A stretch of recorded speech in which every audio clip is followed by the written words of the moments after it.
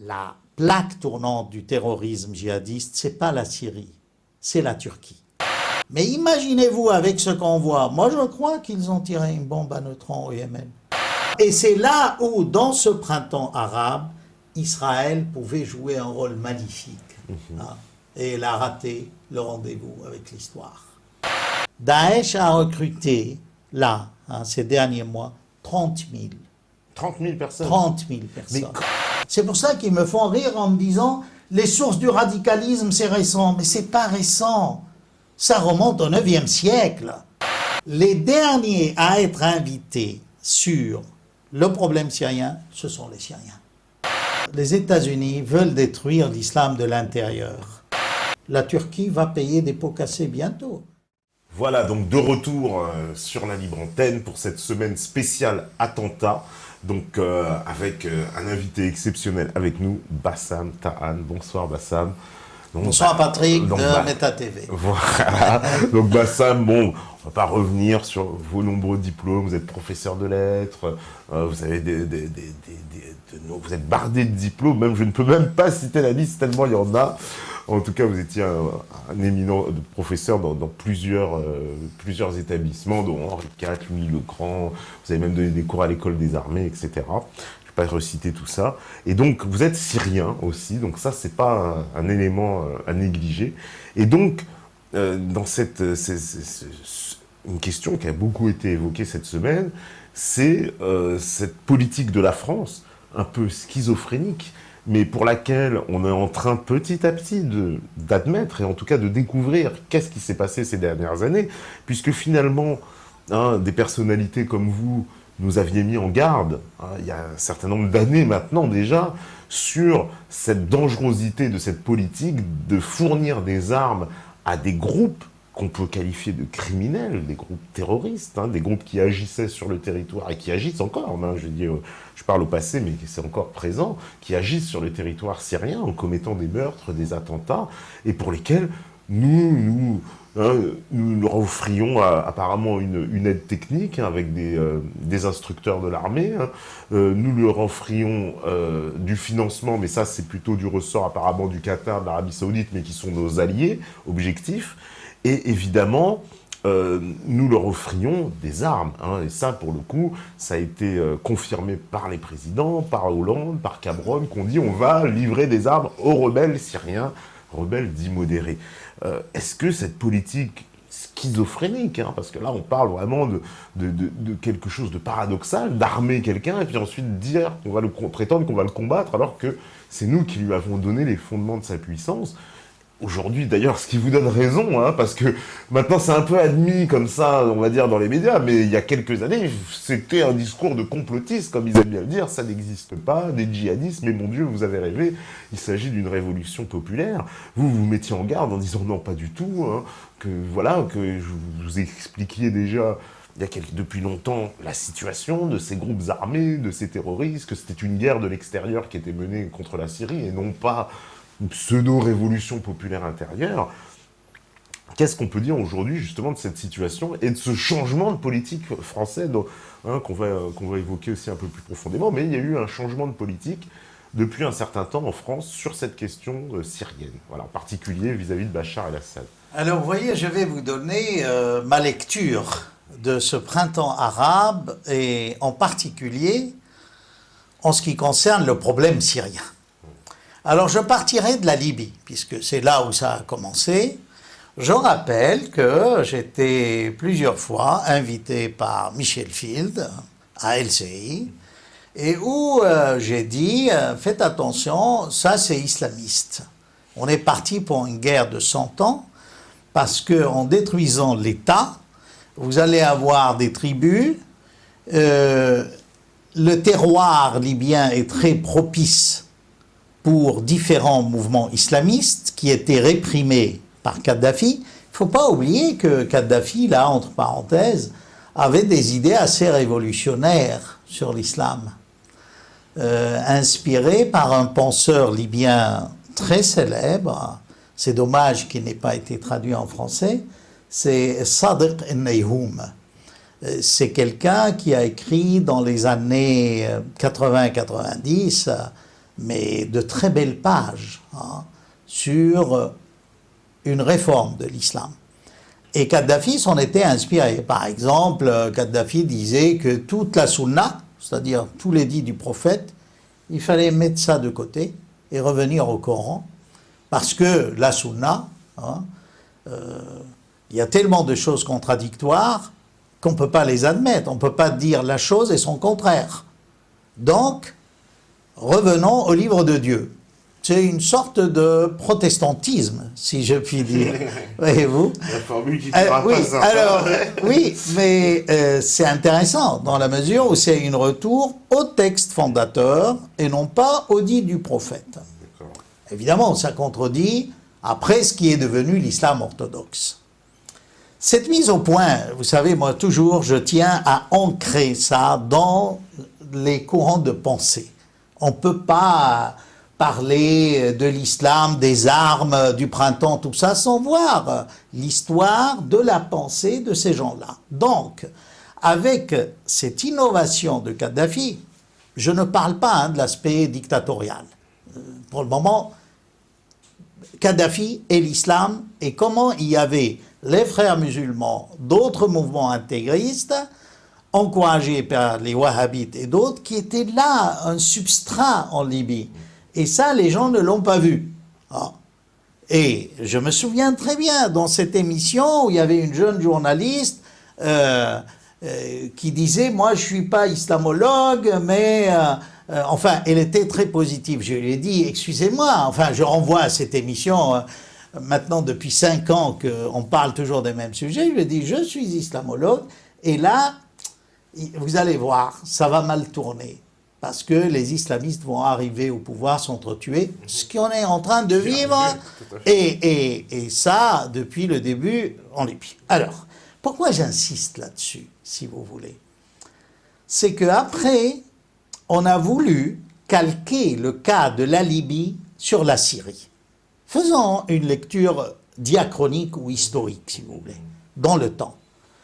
On s'est dit, c'est si facile que ça. Regardez, Kadhafi, au bout de quelques mois, on n'en parle plus. Oui, mais Kadhafi, honnêtement, quel allié il avait? Quel lien il avait dans le monde arabe ou dans le monde? Pas grand-chose. Oui. Il appartenait à une tribu, déjà, il y a d'autres tribus rivales, dans une société médiévale, carrément. Il ne faut pas se fier aux apparences de civilisation occidentale importée en Libye. Il faut voir le fond de la mentalité de ces gens-là, n'est-ce pas, dans ce moment historique. Donc on s'est trompé, on s'est dit, on va se payer la Syrie. Alors là, évidemment, la Syrie, c'est pas la Libye, pourquoi? C'est la porte du Proche-Orient, c'est un pays qui a une grande histoire politique, contemporaine, même ancienne.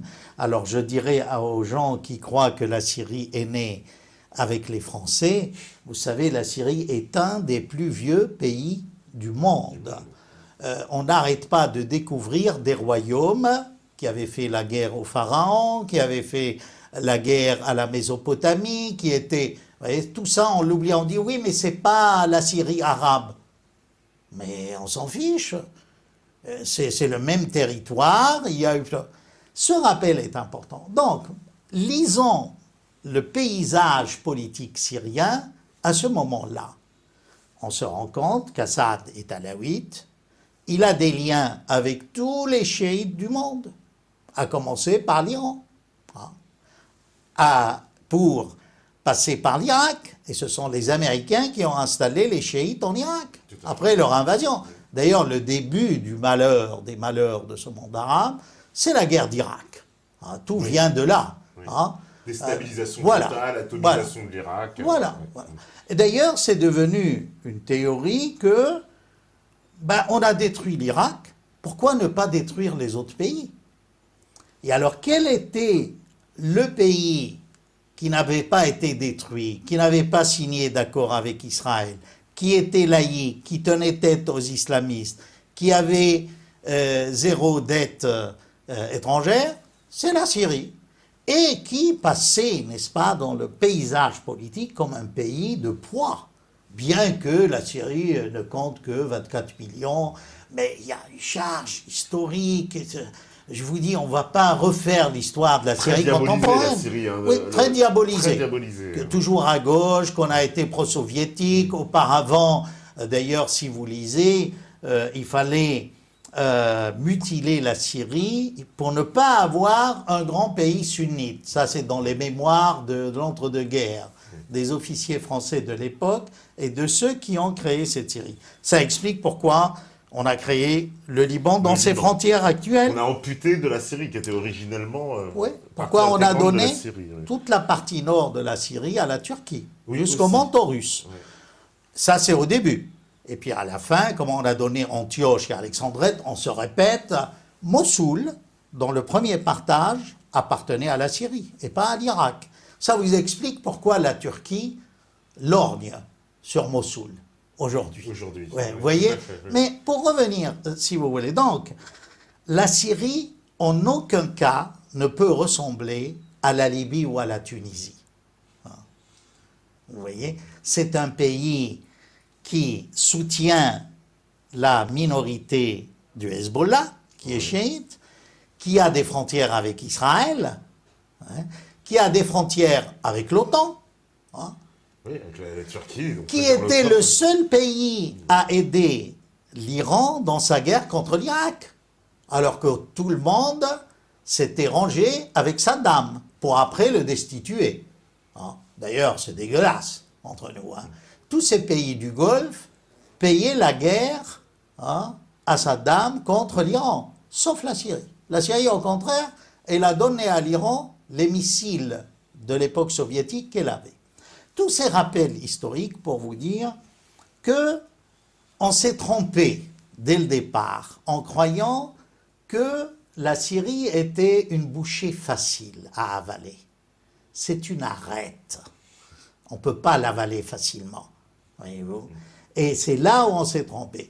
Et on s'est mis alors dans une campagne de mensonges. Le premier mensonge, c'est on avait un ambassadeur, M. Chevalier, Oui.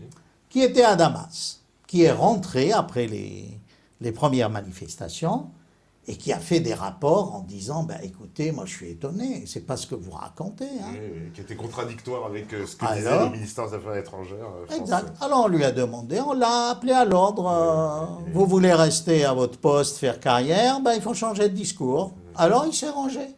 Et il est devenu le... c'est à mourir de rire. Il est devenu l'interlocuteur de soi-disant l'opposition. Hein, après. Vous voyez. Donc, ce rappel, c'est pour dire que cette campagne mensongère, hein, pouvait marcher si Assad, hein, comme Juppé l'avait cru, on avait pour quelques jours. Mais c'est que ça a duré 5 ans. Un mensonge, 5 ans. Alors, on n'arrêtait pas, il y avait la machine à mensonge, l'engrenage. On a fini qu'ils massacraient les manifestants, ils arrachaient les ongles. On a commencé par le chimique, qui était un mensonge énorme. Hein. Jusqu'à maintenant, hein, les gens disent « Ah oui, il a tué par le chimique ». Même des responsables socialistes. Oui, hein. oui, il y a des gens qui croient encore. Voilà, alors que, bon, on se répète tout le temps. Ils n'ont qu'à lire le rapport du MIT sur le chimique. Je ne veux pas le réexpliquer. Il ne faut pas toujours... Même l'ONU a reconnu que Bien la Syrie sûr, n'avait rien à bien voir. sûr. Et là, au contraire, les Américains reconnaissent que Daesh et les groupes islamistes sont capables de fabriquer du chimique et même des armes biologiques. Ça a été dit également. Et on pense qu'ils peuvent aussi récupérer des bombes sales. Pas vraiment atomiques, mais radioactifs. Des déchets, ils peuvent... Vous voyez. Donc, cette période de mensonge qui a duré longtemps a démasqué tout le discours et a rendu la politique de la France illisible. Si ce mensonge de départ avait été couronné par un succès et qu'Assad serait tombé, tout rentre dans l'ordre. Le mensonge passe. Donc là, l'os, comme on dit, c'était ce que Bachar al-Assad est toujours là. il les nargue, il a son armée qui lui est fidèle, il s'est fait réélire, et là, l'Occident ne sait plus quoi faire. Par ailleurs, l'autre erreur, c'est que eux, en nourrissant ces islamistes, en les armant, ils croyaient qu'ils resteraient maîtres du jeu, que ce Daesh monstre innommable, on allait toujours pouvoir le dominer. Oui, mais c'est que ce Daesh a voulu être au-dessus des bailleurs de fonds en proclamant le califat. Et du coup, Al-Qaïda historique d'Afghanistan a été marginalisée. Aujourd'hui, nos jeunes fragiles, à la recherche d'un absolu, qui vivent une crise mystique de religion, ont tendance à épouser les thèses de Daesh, qui est une marque plus brillante maintenant, plus mondiale, plus internationale, plus universelle que Al-Qaïda. À tel point, regardez où ça nous mène, que aujourd'hui l'Occident veut blanchir Al-Nusra, la branche armée d'Al-Qaïda, et les présenter comme modérés. Et aujourd'hui, à Riyad, qui se trouve parmi les gens qui représentent l'opposition syrienne, des gens soutenus par Al-Nusra. L'armée de l'islam, Jaysh al-Islam, Ahrar al-Sham, les libres du Sham, mais c'est des gens qui ont reçu des armes de l'Angleterre, de la France, de la Turquie. Alors là, permettez-moi, j'ai eu l'occasion de rencontrer des conseillers très proches du président de la République, Hollande. Et on est venu à parler du rôle de la Turquie. Alors, la réaction, c'était que les Turcs hésitaient vraiment à entrer d'une manière au grand jour en Syrie. Ceci dit, ils étaient là depuis le début. Depuis. Ils ont un rôle très important, les Turcs, dans cette affaire. Bien sûr, vous avez entièrement raison de souligner. À mon avis, la plaque tournante du terrorisme djihadiste, ce n'est pas la Syrie, c'est la Turquie. C'est vraiment la Turquie. La Syrie, c'est un peu un champ où ils détruisent. Mais, si vous voulez, c'est la scène, mais il y a derrière la scène, les coulisses, c'est la Turquie. Ça, c'est sûr à 100%. Je reviens à ces experts auprès du président de la République. J'ai cru comprendre que la Turquie hésitait, parce qu'à l'époque, les Occidentaux auraient bien voulu que la Turquie s'engage franchement, quoi. Militairement. Voilà, d'ailleurs, Erdogan, on l'oublie, il a dit qu'il prierait à Damas prochainement. À la mosquée de Damas. Vous savez, la mosquée de Damas est très importante parce que dans l'imaginaire religieux de l'islam,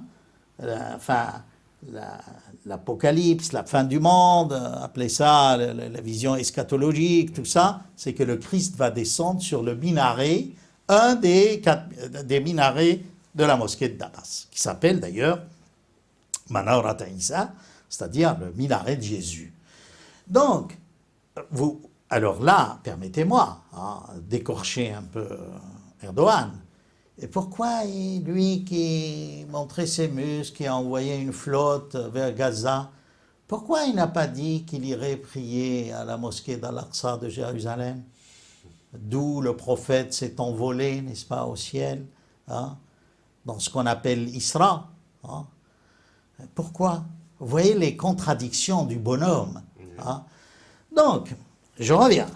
Alors, cette politique étrangère a dû supporter la Turquie dans l'espoir qu'elle va résoudre. D'ailleurs, vous vous souvenez, ça on oublie, parce que les médias, permettez-moi de souligner parfois des choses qui n'apparaissent pas dans les médias français.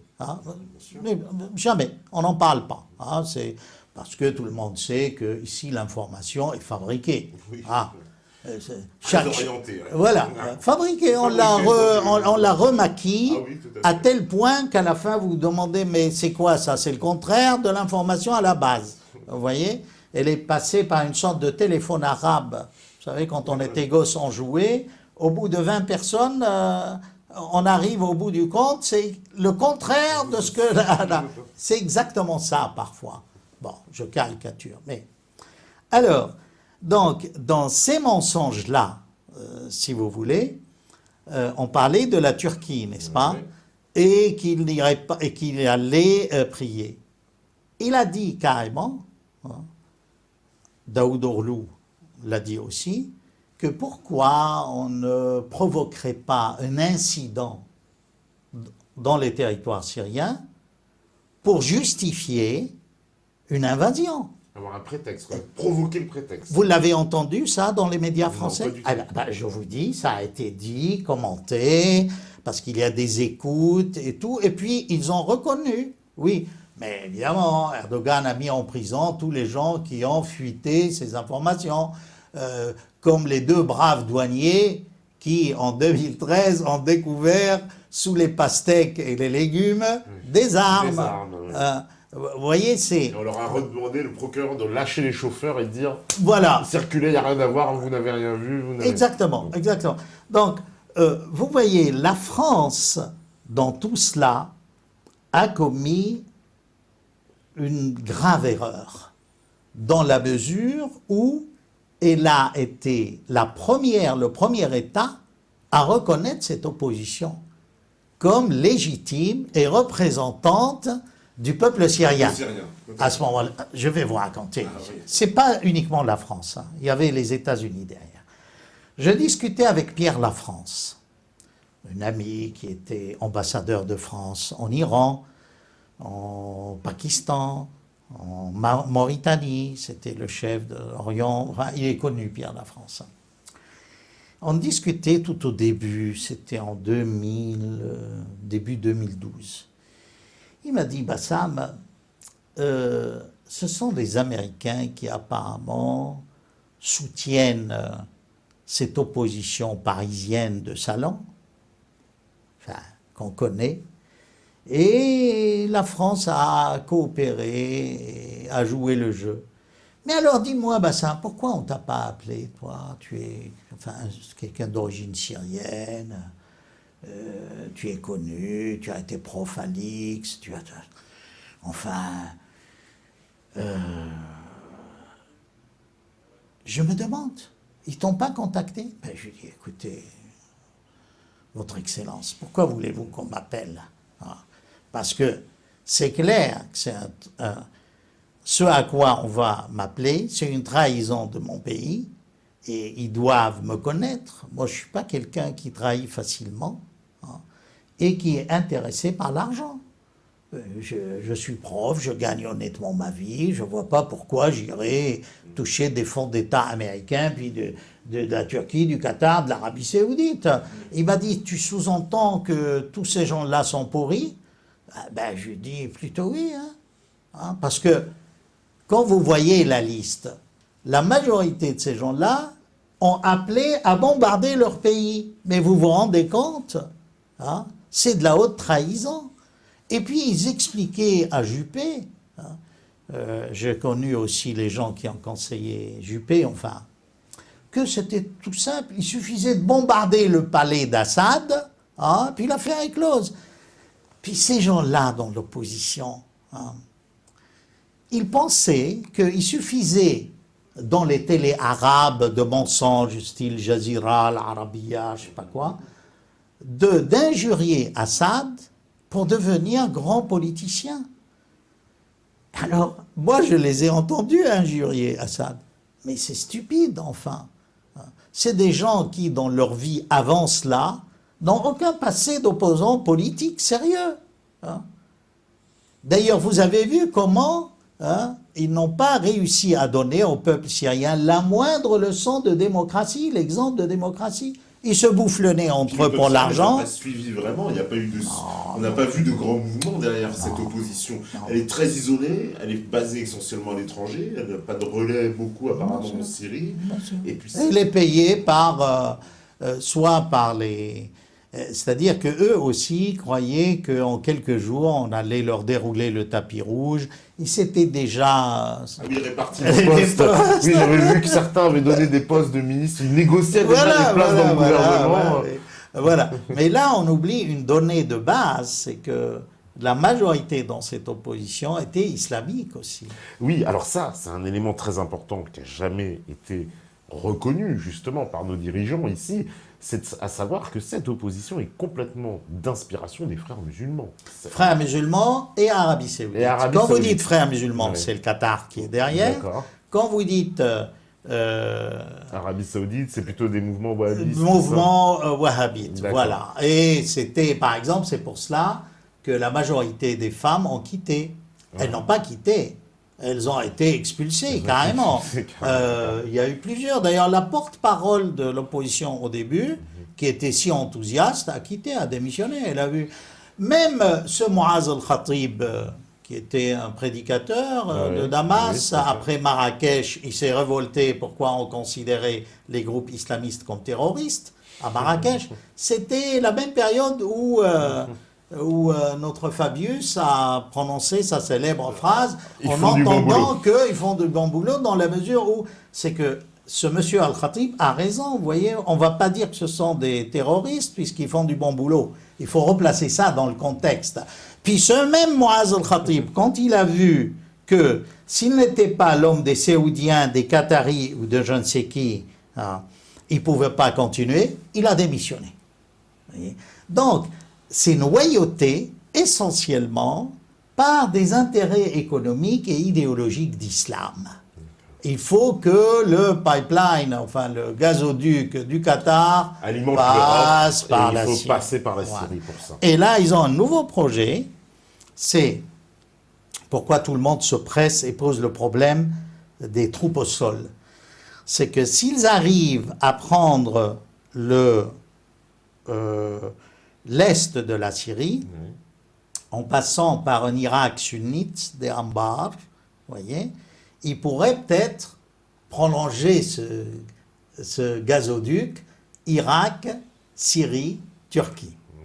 C'est-à-dire, si la Syrie venait à être divisée en deux, la Syrie de l'intérieur servirait justement à toutes les ambitions des compagnies pétrolières pour faire passer le gaz, le pétrole. Et là, permettez-moi de reprendre quelque chose qui me tient à cœur. C'est la Syrie utile, le concept de la Syrie utile. Oui, alors je dirais c'est ça qu'on a souvent entendu. Oui. De l'inutilité des propos ou des éditorialistes ou des soi-disant spécialistes. Ça a été repris par beaucoup de gens passant pour être de grands spécialistes de terrorisme, d'islamologie, de géopolitique, de tout ce que vous voulez. Que, en fait, on défend la Syrie utile. La Syrie, enfin, le pays utile, est un concept colonial, voyez, déjà, qui apparaît dans toute la littérature coloniale. Par exemple, on parle du Maroc utile, qu'il faut prendre la côte, toute cette partie où il n'y a rien. D'ailleurs, il s'était trompé puisqu'il y avait le pétrole. Mais enfin, bref, passons. Et c'est là où je leur dis, écoutez, vous dites la Syrie utile, c'est la côte. Quelle est la force de Daesh aujourd'hui? C'est le pétrole. Il est où le pétrole? Il n'est pas sur la côte. Non. Il est dans votre Syrie inutile. Vous voyez là, mais la gaffe, l'erreur qu'ils font en répétant comme des perroquets des concepts vides de sens. La Syrie utile, c'est également tout l'Est où se trouve aujourd'hui Daesh, c'est tout le pétrole, tout le gaz. Alors, tout ça, c'est inutile. Pourquoi? Autre chose. J'irai même plus loin. La Syrie utile. Quand la France a donné Antioche et Alexandrette aux Turcs en 1938, elle a privé la Syrie d'un port qui est Alexandrette. La Syrie s'est trouvée, après cela, sans port. On a dû reconstruire le port de l'Attaqué. Mais le grand port, c'était Alexandrette. Donc, dans cette Syrie utile, pourquoi ils n'ont pas pensé à Alexandrette? Vous voyez? Donc, méfions-nous de ces formules toutes faites. On voit bien que ces éditorialistes à la télé sont obligés de pondre leurs commentaires sur ça, alors que ce n'est pas leur domaine. Alors ils prennent la Syrie utile, là. Qu'on m'invite une fois avec les grands spécialistes de la Syrie utile, là, pour un débat sérieux sur ce qui est utile et ce qui est inutile pour la Syrie ou notre pays, vous voyez. Et permettez-moi là, pour mieux comprendre cela, et comme Israël a été créé, la côte du Proche-Orient a perdu Haïfa, Yafa, tous les ports de la Palestine avant la création d'Israël. Ça vous explique l'essor de Beyrouth, qui était un petit port de pêche au début du XXe siècle. Alors, comme la Syrie a perdu Alexandrette et qu'il y a eu Israël, il n'y avait plus de vitrine libérale sur ce monde arabe que Beyrouth. Vous voyez ? Ça vous explique l'essor extraordinaire de Beyrouth, que j'adore. C'est une des plus belles villes du monde, Beyrouth. Il faut voir. Mais tout ça est lié. Donc, arrêtons de généraliser, de plaquer des concepts insignifiants. Arrêtons de tromper les Français sur tout ça. Oui, parce que c'est ça, c'est qu'on a trompé les gens sur la réalité de la nature des événements de la Syrie. Et aujourd'hui, quand on met en relation, évidemment, par rapport à ce qui se passe, puisque clairement, la réponse du gouvernement, d'un point de vue militaire, a été de nous expliquer qu'on allait bombarder Daesh. Et puis, on a parlé, et puis on en parle encore, de ces troupes au sol, mais personne n'est vraiment chaud pour y aller. On le voit bien que les États-Unis veulent pas... Ils parlent de troupes arabes, vous voyez, ils veulent envoyer... une coalition de troupes arabes. Voilà. Mais, penser que la Syrie va accepter des troupes saoudiennes, ça m'étonnerait quand même. Non, mais de toute façon, les troupes au sol arabes existent déjà. C'est l'armée syrienne. Non, les troupes arabes, je veux dire, qui vont se battre contre l'armée syrienne, sont là. Oui. Il y a 5000 Saoudiens, et il y a 6000 Tunisiens, il y a je ne sais combien de Soudanais. C'est Daesh, justement. Les troupes arabes et islamistes, c'est ça, voyez-vous. Alors, ils parlent d'une coalition comme ils ont fait contre le Yémen. Voilà. Mais je crois que là, Poutine leur a coupé l'herbe sous le pied. Puis Poutine, c'est l'homme de l'année, à mon sens. Ouais. Il vaut bien Merkel. Parce que là, on dit que c'est Merkel qui doit être la femme de l'année ou l'homme de l'année, entre guillemets. Moi, je crois que c'est Poutine. Parce que là, avec l'armement qu'il a déployé, les S-400, il est en avance sur les Américains. Et là, je rappelle, tout au début, quand je disais qu'il voulait détruire la Syrie, avant que la Russie ne s'engage vraiment, ils avaient, vous connaissez l'histoire des 2 missiles. Ils ont tiré 2 missiles. Oui, ils ont testé. Des manœuvres israélo-américaines. Tout à fait, oui. Il y a un qui a été détruit en l'air et l'autre qui s'est abîmé en mer. Oui, tout à fait. Et pour masquer toute la chose, ils ont dit que c'était Israël qui avait tiré. Alors que, d'après les satellites russes, les missiles sont partis d'une base de l'OTAN d'Espagne. D'accord. Et oui, ça, il faut... Parce que ça, vous ne l'avez pas lu non plus. Ça non c'est plus. un petit... Non, j'ai entendu, effectivement, je connais cette Oui. affaire des missiles qui ont été détruits par la marine russe, mais voilà, on ne nous a pas trop donné d'explication de fond, alors effectivement... Là, alors, vous voyez, par cela, on a maintenant la France qui est... à qui la Russie a offert une issue honorable, finalement. Vous savez, chaque fois, la Russie offre à la France une issue honorable. Permettez-moi de lire les choses comme moi je le comprends. Oui, non, mais ça c'est... Regardez le chimique, par exemple. On était coincés.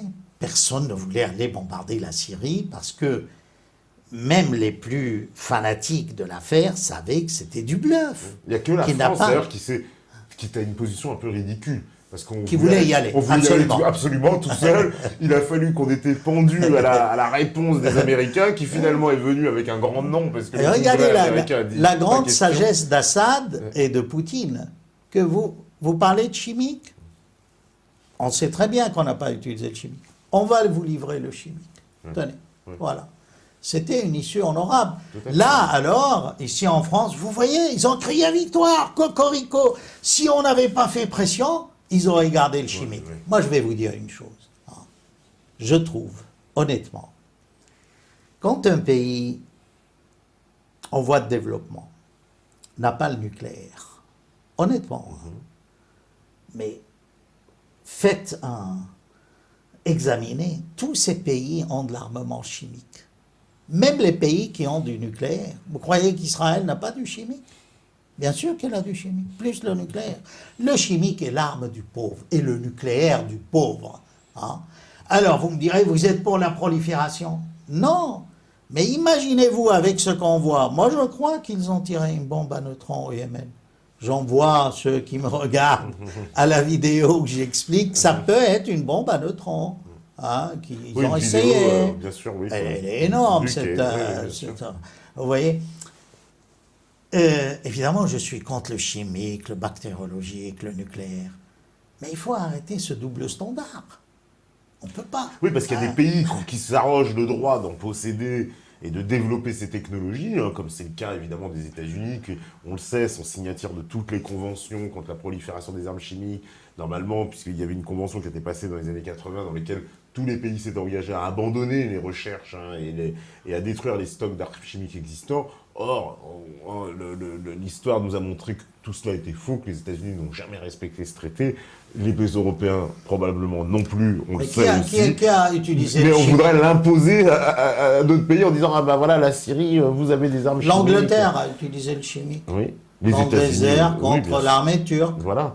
Les États-Unis ont largement utilisé l'arme chimique pendant la guerre du Vietnam, on le sait, on l'a utilisé le chimique à plusieurs reprises. Oui, moi je suis pour la paix, je trouve aussi, là, puisque j'ai évoqué Israël, il faut toujours aborder ça avec des pincettes, parce que j'aime pas que je sois mal compris ou mal interprété. Moi je crois que Israël joue le mauvais jeu pour son avenir avec le monde arabe. Le fait d'aider les islamistes syriens... Alors, soyons clairs, voilà. Ça aussi c'est une position d'Israël, puisqu'on sait qu'il y a y a une délégation de l'Union européenne qui, dans un hôpital israélien, a constaté que les rebelles syriens se faisaient soigner. On a avancé le chiffre de 500. Je dirais, permettez-moi, Patrick, de dire une chose. De parler au juste d'Israël, mes frères, que ce n'est pas dans leur intérêt aujourd'hui de jouer ce jeu avec les islamistes. Les peuples arabes peuvent être leurs amis, hein, et on peut avoir la paix, mais ce n'est pas en détruisant, en aidant à détruire la Syrie de cette manière qu'ils vont avoir la paix. Parce que, comme je le dis souvent, la Syrie, c'est un des plus vieux pays au monde. Vous voyez, je viens d'une ville, Alep, où l'épopée de Gilgamesh, le premier texte, la première littérature du monde qui a inspiré la Bible, a des manuscrits de ce Gilgamesh et Enkidu, dans toute la région.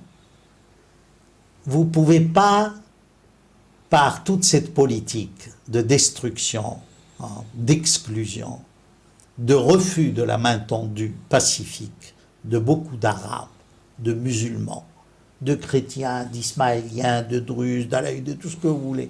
Pourquoi voulez-vous qu'on soit contre le judaïsme en tant que religion, ou ceux qui habitent en Israël? Enfin, franchement, je sais que je vais être critiqué, mais moi, je vous dirais, comme a dit une députée au Parlement britannique, enfin, à la Chambre, ce n'est pas un vrai Parlement, chez eux, on ne va pas les vexer, un des problèmes les suites, les répercussions de la création d'Israël. Il faut que cet Israël s'intègre dans le paysage, dans le tissu économique, démographique, culturel de la région. Mais est-ce que c'est pas Israël? Sinon, vous créez un ghetto, nouveau ghetto qui s'appelle Israël. Mais justement, est-ce que la volonté des autorités israéliennes depuis leur création ne vise pas un plan qui irait dans le sens de la destruction des autres États arabes? Patrick, j'ai parlé des justes d'Israël. Oui, bien sûr. Oui. Des justes. Oui. Je suis convaincu que en Israël, il y a des hommes justes. Je suis un bon lecteur de la Bible, de la Torah. Je ne vous cache pas, il y a des gens justes. Mais est-ce qu'ils sont au pouvoir en Israël? Justement, c'est un appel. Je trouve que Netanyahou, honnêtement, a fait son temps.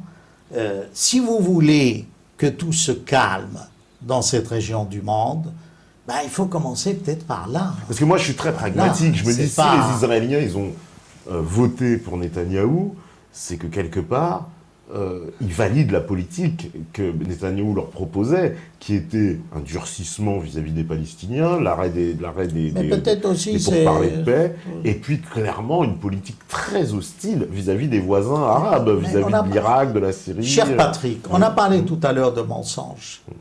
Qui vous dit qu'en Israël aussi les médias ne font pas le marketing de mensonges pour le futur, l'avenir d'Israël et ainsi de suite? Bien sûr, il peut y avoir une part de mensonges. Regardez. La société israélienne quand même n'a pas fait le souhait, puisque avant, je rappelle quand même qu'ils avaient porté Ariel Sharon aussi au pouvoir, et qui était un peu dans la même inspiration, donc c'est le parti du Likoud qu'il représente, qui sont une ligne dure, qu'il n'y a pas de négociation avec les Palestiniens. Mais il y a bien eu Rabin qui voulait faire la paix. Il y a eu Rabin qui voulait faire la paix. Et il y a bien eu Rabin qui voulait faire la paix, et c'est pas un islamiste qui a abattu. Non, c'est un extrémiste. C'est un islamiste orthodoxe juif, si je puis dire. Oui. C'est un extrémiste juif, tout à fait. Non, c'est dommage. Mais est-ce que justement, depuis l'assassinat d'Yitzhak Rabin, il n'y a pas eu justement une volonté quelque part en Israël, en tout cas une grande partie du peuple israélien, de dire on arrête ces négociations avec les Arabes, c'est terminé, quoi. Soit. Ouais. Mais vous ne m'empêcherez pas de dire ce que je pense. Ah mais non, je cherche pas. Non. Soit, je dis, et il faut quand même que des voix qui prônent cette ouverture soient entendues, et on n'entend jamais parler. On dit il faut détruire Israël, il faut je sais pas quoi. Mais non. Il faut qu'il y ait un terrain d'entente, une paix globale entre les peuples arabes. Et c'est là où, dans ce printemps arabe, Israël pouvait jouer un rôle magnifique. Et elle a raté le rendez-vous avec l'histoire. En soutenant les islamistes et en disant « chouette, on va détruire la Syrie ». Mais les Syriens, vous croyez qu'ils vont oublier qu'Israël s'est opposé et a aidé les islamistes? Vous pensez que la Syrie est finie? Mais vous rêvez, hein? Un des pays les plus vieux au monde va disparaître comme ça du jour au lendemain parce que quelques politicards français se sont trompés. Hein? Ils rêvent. Vous verrez, il y aura un mouvement de justiciers syriens. Et l'opposition syrienne qui a appelé à bombarder la Syrie sera jugée. Méfiez-vous. Hein? Même ceux qui ne font pas partie de l'opposition syrienne, mais des Français ou d'autres, peuvent également être poursuivis en justice pour des crimes de guerre et de mensonges. Hein? Et il y a combien de gens qui sont tombés sous des armes françaises, par des armes de l'OTAN. Et jusqu'à maintenant, on continue à soutenir la Turquie, qui est le grand canal par où passe. Et on veut intégrer la Turquie en Europe. Dans l'Union européenne, oui. Vous voyez. La Turquie a été quand même très épinglée ces derniers temps, par rapport à l'incident, évidemment, qui s'est passé avec la Russie. On a vu la Russie faire une conférence de presse qui s'est déroulée il y a quelques jours, dans laquelle l'État russe présente toutes les preuves de l'implication de la Turquie dans le trafic de pétrole qu'opère Daesh, c'est-à-dire, parce qu'à un moment donné, tous ces éditorialistes occidentaux qui nous disent « oui, mais Daesh prend ses revenus du pétrole », il faut bien le vendre à quelqu'un, ce pétrole, puis il faut l'acheminer, il faut bien qu'il y ait une logistique, il faut bien que... Voilà, ça ne se fait pas comme ça, donc ça veut bien dire qu'il y a des appuis d'un État derrière. Mais à part le pétrole, les camps d'entraînement. Les camps d'entraînement, bien sûr. Vous savez que la Turquie a liquidé tous ses stocks de cartouches, de balles, de munitions dans cette guerre syrienne. Elle a vendu, ils ont des industries militaires à Kounia. Combien de fois, moi j'ai vu des photos envoyées par ma famille, par des amis d'Alep, c'est marqué que c'est fabriqué à Kounia en Turquie, des armes turques. Et cela depuis 2012, juillet 2012. Il y avait déjà des ambulances, une présence turque. Alors là, permettez-moi une chose qui me tient à cœur en 2012. On parlait à l'époque, vous voyez, on ne parlait pas d'islamistes. Moi, je parlais d'islamistes. Oui, bien sûr. Non, mais c'est ce que on nous disait que c'est l'armée syrienne libre. Je vais vous dire ce qu'a fait l'armée syrienne libre. À Alep, la plus grande ville économique du pays, même de la région, je vous dirais. Il y avait 300 000 ouvriers, hein, dans certains secteurs du textile uniquement. Hein.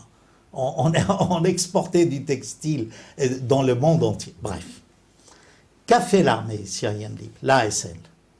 Ils ont démonté, pillé toutes les usines. Oui. C'est pas au départ les islamistes, c'était l'armée syrienne libre. Et qui les ont refourgués tout ça aux Turcs, puis après on a eu les islamistes.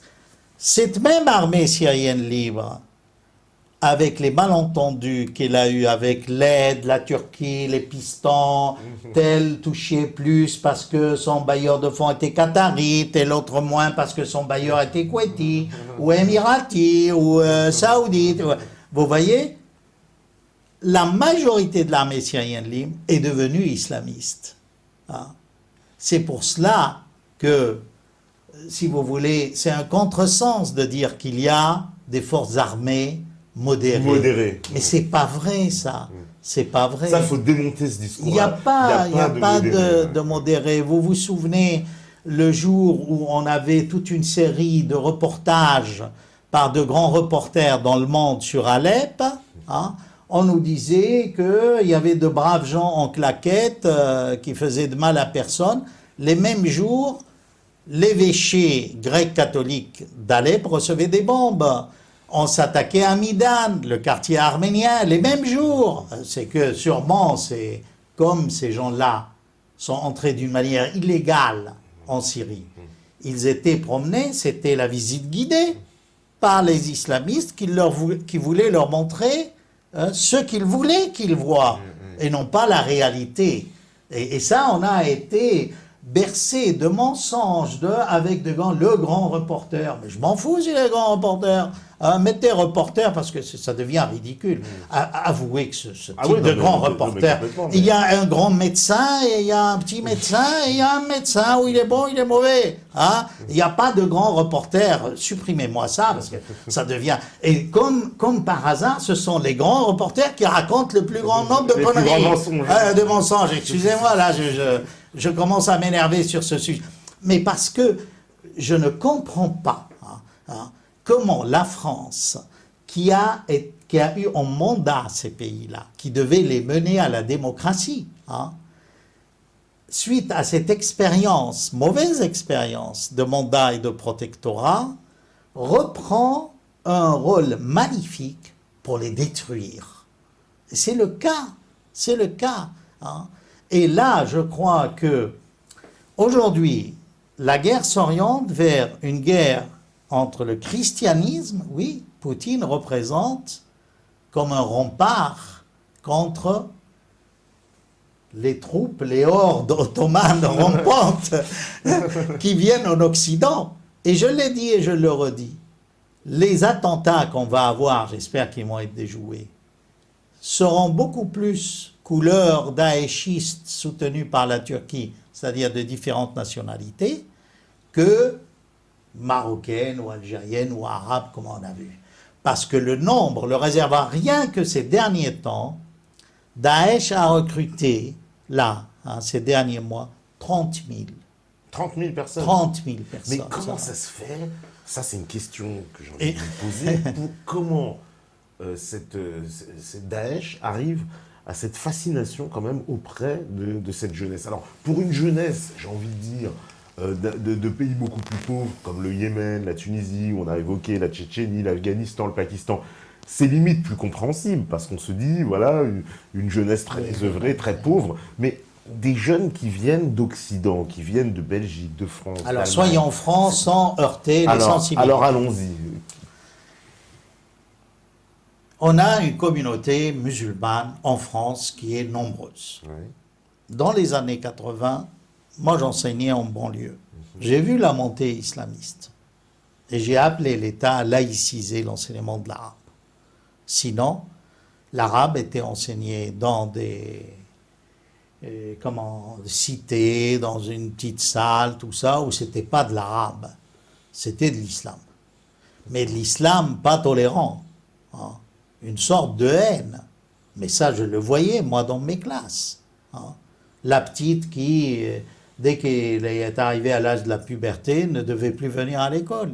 J'étais voir la famille en lui disant « Ah non, non, non, non, nous on va la marier selon la tradition. » La France n'était pas préparée, après la décolonisation, à ce flot migratoire déjà, d'ouvriers qui ont travaillé, parce que ceux qui ont immigré, c'est des braves gens d'usine qui ont construit la France, c'est des maçons qui ont construit les routes.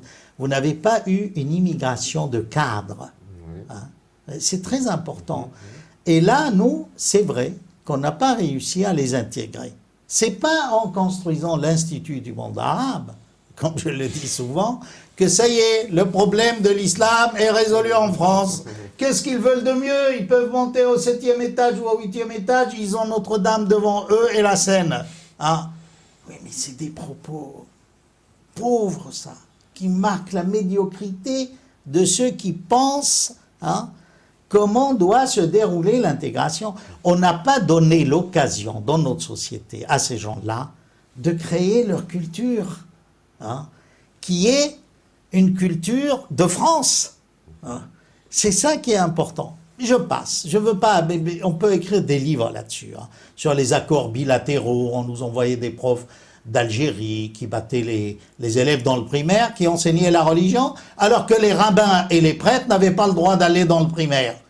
Non, non, ça, j'ai fait tout un scandale. C'était en 89. Dans Le Monde, d'ailleurs. À l'époque, le journal du Monde n'était pas celui d'aujourd'hui. Les grands reporters étaient petits et ils étaient plus intelligents que maintenant. Bon, bref, ça c'est entre parenthèses. Vous venez maintenant à la société française. Je fais cette distinction parce que même, si vous voulez, dans les milieux aisés, qui ne sont pas ceux d'immigration, la jeunesse ne trouve pas de boulot. Alors, je vais vous donner des exemples. Comment la... Pourquoi elle bascule dans cette idéologie, c'est ça. Et c'est toute une atmosphère sociale. Ils sont en quête d'un absolu, c'est normal, c'est la jeunesse, ils sont idéalistes. Qu'est-ce qu'on leur propose? Du chômage, un manque d'intégration. C'est quotidien. Moi, j'ai enseigné dans les lycées, et j'ai enseigné dans les grandes écoles, et je peux... Ces crises d'absolu, ça peut même toucher des gens de famille, bien, et ils peuvent... Nous, on a eu, je ne vous cache pas, bon, c'est pas une bonne pub pour l'Insta, on a eu un élève de l'Insta, c'est une grande école, qui a été en Syrie pendant la guerre d'Irak pour aller faire le djihad, bien avant tous ces événements. La Syrie l'a rendu. La Syrie l'a redonné aux autorités françaises. Ça, avant le printemps arabe, mais ce n'est pas l'école qui est mise en cause elle-même. Mais vous voyez, vous ne pouvez pas, il y a une quête. Donc, avec le problème du chômage, je ne veux pas passer en revue tous les problèmes sociaux de la France, mais permettez-moi là de faire une parenthèse. Si nous, par exemple, parce que le ministre des Affaires étrangères est aussi le ministre du commerce extérieur, je crois, du tourisme, du commerce extérieur. Si. Je crois qu'il a deux casquettes. Bref. Regardez, notre politique extérieure, elle a tout fait pour qu'on éloigne de nous d'autres contrats qui ne sont pas forcément saoudiens ou qataris. Regardez l'attitude de la diplomatie française face au dossier nucléaire iranien. On a tout fait pour être mal vu des Iraniens. Oui, tout à fait. En attendant les anglo-saxons, les Anglais et les Américains, pendant que nous, on faisait le difficile, on ne veut pas, l'Angleterre a ouvert une sorte d'ambassade, sans ambassadeur, mais une représentation diplomatique. Les Américains ont décroché les contrats pour les voitures et autres. Oui. Et nous, alors, c'est bien que M. Hollande, le président de la République, dit tout dépend, notre attitude dépendra de la manière avec laquelle l'Iran va recevoir Fabius. C'est très beau. Mais mettez-vous à la place des Iraniens. Si c'est ce Fabius qui, pendant longtemps, a fait le difficile et tout, en attendant, peut-être que l'Iran n'a plus de contrat à nous proposer, puisque ça a été déjà pris par les Allemands. Les Allemands aussi n'étaient pas si durs pour le... C'est-à-dire, vous voyez, on joue toujours, on a le mauvais rôle à jouer, et comme on dit en arabe, j'aime bien ce proverbe, on sort de la fête sans pois chiche. C'est-à-dire, on sort sans cadeau, on est On n'a rien du tout. bredouille, Ouais. mais on a joué la carte de la rigueur. Non mais arrêtez. Ça n'a pas de sens. Si on avait plus de... C'est pareil pour notre politique économique en Afrique. Enfin, il faut passer en revue. Alors, ceci dit aussi, depuis les années 80, moi j'ai vu la radicalisation monter. Oui. Jusqu'à maintenant, nous reconnaissons l'opposition syrienne, où il y a des wahhabites et des frères musulmans. Nous commerçons avec l'Arabie saoudite et le Qatar. Dans le midi de la France, selon des rapports qui ne sont même pas confidentiels, c'est tombé... on vous dit que la majorité des mosquées sont radicalisées. Oui, bien sûr. Bon. Ça, c'est des éléments. Alors, communs, bon, bien sûr. alors, dites-moi ce qu'a fait le gouvernement depuis les années 80. Hein? Moi, j'ai commencé à enseigner l'arabe officiellement en 79-80. D'accord. Donc, j'ai vu monter ça, j'ai les contacts. Et puis, chaque fois qu'on ouvrait la bouche, vous savez, qu'est-ce qu'on me répondait? Oui, mais monsieur Tar, vous êtes prof d'arabe, vous tirez la couverture à vous-même. Vous vous rendez... Mais on comprend, mais on n'aura jamais, nous, on saura, je me rappelle d'un rendez-vous avec les socialistes au temps du Jospin, comment juguler, on sortait de cette réunion, on disait, mais ils sont tombés sur la tête, ils ne se rendent pas compte de ce qui se passe en France, hein, vous voyez? Et je dis ça par amour de l'islam, vous voyez? Ce n'est pas de l'islamophobie. Ouais. L'islam peut être tolérant, mais tel que vous l'avez fait, c'est-à-dire croître en France de cette manière, avec les dons pour construire des mosquées. Mais on vous donne une mosquée, imam en main. On vous impose un imam venu de là-bas, Oui, tout à qui ne fait. connaît rien de la Alors France. ça, c'est une spécificité qu'il faut bien préciser. Énormément de mosquées sont subventionnées. Alors, ils ont une technique, il y a beaucoup de maires qui trempent là-dedans, en fait. C'est que souvent, on ouvre des centres culturels. La mairie fournit on va dire un terrain gracieusement. On construit un pseudo-centre culturel qui est en fait une mosquée accompagnée d'une bibliothèque. Comme ça permet de ne pas classifier ça en mosquée, en fait, du point de Centre vue juridique. culturel. Centre Voilà, on parle culturel, de ça. centre culturel islamique, etc. Mais en fait, ce sont donc bien des mosquées avec souvent voilà, des imams qui viennent donc de certains pays, du Qatar, d'Arabie Saoudite, d'Algérie, du Maroc, de Tunisie. Mais souvent des gens qui, quand on s'intéresse, souscrivent à l'idéologie des frères Je vais vous musulmans donner un autre et exemple. développent ça. Alors. On avait une radio arabe de Paris, que je ne citerai pas, qui transmettait le prêche du vendredi de je ne sais quel pays. C'était FM, on écoutait ça à Paris. Hein. Ouais. Il y avait un appel à massacrer les juifs, les chrétiens, la haine contre l'Occident, mais comment la France peut tolérer qu'une radio transmette des prêches qui appellent à la haine de l'Occident, des valeurs, et qui a des bureaux en France, hein. Mais c'est exactement aujourd'hui ce qu'on fait, mais pas cette radio. Bon, il y a eu j'ai tellement gueulé pour ça, il y a eu tentative de procès, ils ont arrêté la transmission de prêches. Ah ouais. Ils ont arrêté. Mais je vais vous dire, puisque maintenant on parle, il y a quelque chose qui ne va pas dans l'État français. Moi, j'ai écrit au ministre de l'Intérieur, Valls, avant qu'il ne soit Premier ministre. Je n'ai jamais eu de réponse. En tant qu'islamologue. Concernant ce problème du beaucoup fondamentalisme. de problèmes. Moi, j'ai la main à la pâte. Je suis là depuis 40 ans bientôt en France. Je suis arrivé tout jeune. J'ai vécu la montée de l'islamisme. J'ai enseigné en l'arabe. J'ai côtoyé une population musulmane du Liban, du Maghreb. J'ai assisté à la montée de tel et tel. Bon. Après cela, j'ai écrit à nouveau. Hein, jamais de réponse. Ils ne répondent pas. Que je sache, moi, je ne suis pas... je ne veux pas montrer ou parler de mes titres. Mais même, oubliez tout ça, quelqu'un, il mérite réponse. Qu'on ne vienne pas après me dire que... Vous avez entendu parler des attentats. J'étais le seul à dire, méfiez-vous. Chez Daesh, la musique, le chant, les instruments de musique, la fête, hein, les chanteurs, tout ça c'est de l'idolâtrie. Si on m'avait écouté, on aurait mis simplement 3 gardiens armés. Il y a 50 salles de spectacle à Paris. Hein. Ça y est. Alors on va me dire, oui, vous le dites après coup. Mais comment je le dis après coup? Je vous ai écrit, vous ne m'avez pas répondu. Hein? Arrêtez cette comédie. Il y a, je ne sais pas comment, moi je lance un appel public, je ne sais pas comment contacter les gens. Et ça part de bonne volonté, de connaisseurs, d'experts. C'est pas...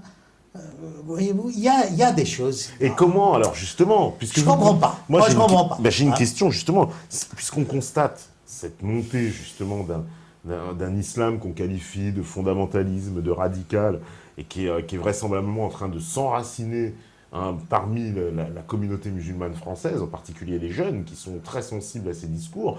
Comment est-ce qu'on peut inverser la vapeur et le combattre? Parce que, visiblement, les solutions proposées par le gouvernement, sur un plan militaire, on nous dit on va détruire Daesh, on va les combattre. Vous permettez que je sois un peu technique? Allons-y. Alors, regardez. L'islam vécu dans le monde musulman aujourd'hui, même pas l'islam fanatique wahhabite ou de Daesh ou des frères musulmans ou d'Al-Qaïda, même cet islam a besoin de réforme. Vous voyez? C'est-à-dire quand on dit, oui, on va prendre l'islam qui n'est pas ça. Hein? L'islam n'est pas ça. Mais qu'est-ce qu'il est? Si vous prenez l'islam officiel, il n'y a aucune autorité qui impose un dogme. Oui, tout à fait. Vous voyez? Alors on vous dit la mosquée d'Al-Azhar, l'université d'Al-Azhar. Mais vous savez, l'université d'Al-Qarawiyyin au Maroc peut contester les positions d'Al-Azhar, n'importe. L'islam, pour simplifier, n'a pas d'intermédiaire entre le fidèle et son Dieu. C'est ce qu'il y a de très beau en islam. Mais est-ce qu'il est réformable, justement? Justement, il faut une rupture épistémologique qui parte des textes fondateurs. Mais malheureusement, chaque fois qu'il y a un penseur musulman qui apparaît dans ce monde musulman de 1,5 milliard, qui commence, il est assassiné. Faraj Fouda, ingénieur agronome au Caire, tiré devant ça. Nasser Hamed Abou Zaid, un autre Égyptien, il a émigré en Hollande. On a demandé que sa femme soit séparée de lui parce qu'il est devenu mécréant. C'est le barreau de Damas qui a envoyé des avocats laïcs pour le défendre au Caire, ce pays qu'on veut détruire. N'est-ce pas, nous les défenseurs de la laïcité. Nous sommes en train de détruire un pays qui s'est inspiré de nos idées. Michel Aflaq a fait ses premiers pas à Paris en tant que sociologue. Il a suivi Emmanuel Mounier, le personnalisme d'Emmanuel Mounier en essayant de créer le personnalisme arabe pour contrer la montée islamiste. Donc, je reviens. Un islam de France, j'y crois. Mais il faut qu'il y ait pas simplement le ministère de l'Intérieur. Non. Il faut le ministère des universités, de l'éducation nationale, il faut appeler des spécialistes, des experts. Qu'il y a une espèce d'administration qui gère la religion de façon officielle. Non, pas simplement, qu'ils encouragent la recherche, qu'ils prennent... Vous croyez que c'est à l'université de Jeddah, en Arabie Saoudite, qu'ils vont réformer l'islam? Mon œil. C'est dans le pays de Descartes et de Voltaire qu'on peut avoir un islam des Lumières. Et j'y crois. Parce que cet islam de Lumière, figurez-vous, il a existé dans l'histoire arabe avec les Mu'tazilites, les rationalistes de l'islam. Et après cela, justement, il y a eu la grande épreuve, on a brûlé leurs ouvrages et on est parti vers un fanatisme. Ça remonte au IXe siècle. C'est pour ça qu'ils me font rire en me disant les sources du radicalisme, c'est récent. Mais c'est pas récent. Ça remonte au IXe siècle. Ah. Et puis après, vous avez eu les Hanbalites, l'imam Ibn Hanbal, 9e siècle, ses élèves. Après, il y a eu Ibn Taymiyyah au Moyen-Âge. Et on est arrivé après aux frères musulmans. Il y a toute une... Donc il y a une continuité, on va dire. Alors dites-moi, quel est le nombre de postes consacrés à l'islamologie dans nos institutions? Auparavant, à l'époque coloniale, savez. Cette époque coloniale, malgré tout, on peut revoir, hein, la réévaluer. Mais il y a eu des gens qui se sont intéressés à l'islam et qui ont écrit des chefs-d'œuvre, qui sont des références, et des Français. J'en cite Louis Massignon, son œuvre sur le grand mystique Al-Hallaj, 4 tomes, magnifiques. Henri Combin, sur Sariwardi, Sohrawardi, si vous voulez. Moi, je la prononce à la manière d'Alep, parce qu'on le considère comme notre voisin, ce grand philosophe. Il est enterré sur la place publique d'Alep. Henri Combin, ses ouvrages sur le chiisme. Hein. Laoust, les schismes de l'islam, professeur au Collège de France. Arnaldez, Arkoun, je ne veux pas, hein, c'est des gens qui ont écrit, d'accord. Aujourd'hui, dites-moi où sont les islamologues français et que fait toute la... Écoutez, cher ami Patrick, c'est pas en nommant des ministres d'origine arabe ou musulmane qu'on a résolu le problème de l'islam de France. Ça, c'est des étiquettes. Ah, c'est pas là le problème. D'ailleurs, remarquez que c'est souvent des femmes. Hein? J'ai rien contre les femmes, au contraire. Hein? Mais je veux dire, c'est curieux. Chacun, dans chaque gouvernement, vous avez et tout ça montre qu'en fait, on est à côté de la plaque. Parce que même si, comme vous disiez, l'intérieur a à voir administrativement tout ça, il faut qu'il ait une légion de spécialistes qui l'aident. Hein, et ils n'ont pas le Saint-Esprit, ces gens de l'intérieur, pour planifier pour l'islam. Enfin, soyons sérieux. Hein, vous voyez, c'est ça le problème de la France. Mais est-ce que justement il y a 2 organisations qui ont été créées pendant le quinquennat de Sarkozy, qui sont le CFCM et son émanation qui s'est fracturée, qui est l'UOIF. On sait, alors aujourd'hui, les dirigeants de l'UOIF, selon certaines sources, moi je me réfère entre autres au livre de Jean-Louis Zambert, sont taxés d'être très proches des frères musulmans et de distiller une idéologie, on va dire, très wahhabite, très proche de ça, mais en faisant ça sous le couvert. Est-ce qu'on peut avoir confiance dans ces organisations ? Non, mais moi je dis pas. Vous voyez, moi je dis pas, à mon sens, ce qu'il faut encourager, c'est l'aspect universitaire, études, recherche. Il y a le CNRS, il y a l'université française, il y a la formation des profs, c'est un tout. Vous voyez, il faut de la multidisciplinarité ou de l'interdisciplinarité pour empêcher que nos jeunes épousent les thèses djihadistes. C'est global. Il faut traiter le problème de différents angles d'attaque, vous voyez, pour mieux le cerner. C'est ce qui manque, c'est-à-dire au niveau interministériel déjà, concernant l'islam, il y a une lacune, il y a un vide. Ils collaborent. C'est comme exactement pour les services secrets. Entre l'Europe, les voyageurs, déjà, une chose très simple. Mais est-ce qu'il n'y a pas aussi un problème, au-delà justement on va dire, du problème religieux qui peut se poser pour ces jeunes, est-ce qu'il n'y a pas un problème d'identité aussi ? Un problème d'identité au sens où une partie de cette jeunesse ne se reconnaît ni dans la France, on va dire, au sens factuel du pays et de la nation française, mais ne se reconnaît pas non plus dans les valeurs, qu'on pourrait étendre valeurs occidentales. Je vais peut-être vous étonner. Autre chose. Je vais extrapoler un peu. Vous voyez, le Front National a eu pas mal de succès dans les dernières élections. Entre autres, vous savez quelle est une des raisons. Vous parlez d'identité. Moi, je surveille le discours concernant le monde arabe du Front National depuis le début. Je peux vous dire que tous les experts du Front National qui ont parlé de géopolitique du monde arabo-musulman, c'était les discours les plus intelligents. Oui. Et là, puisqu'on a parlé de mensonges, n'est-ce pas ? Comme maintenant les autres discours, on a découvert que c'était mensonger. C'est-à-dire que ce soit de la droite modérée ou de la gauche. Du coup, il y a une confiance qui est donnée à ce Front National. je vous dis, je n'entre pas, dans, je ne défends ni critique. Non, mais c'est une réalité que le Front National s'est exprimé de nombreuses fois sur ces chaque thématiques. fois, prenez le problème syrien, même avant, hein, j'ai écouté Le Pen à propos de la première guerre d'Irak.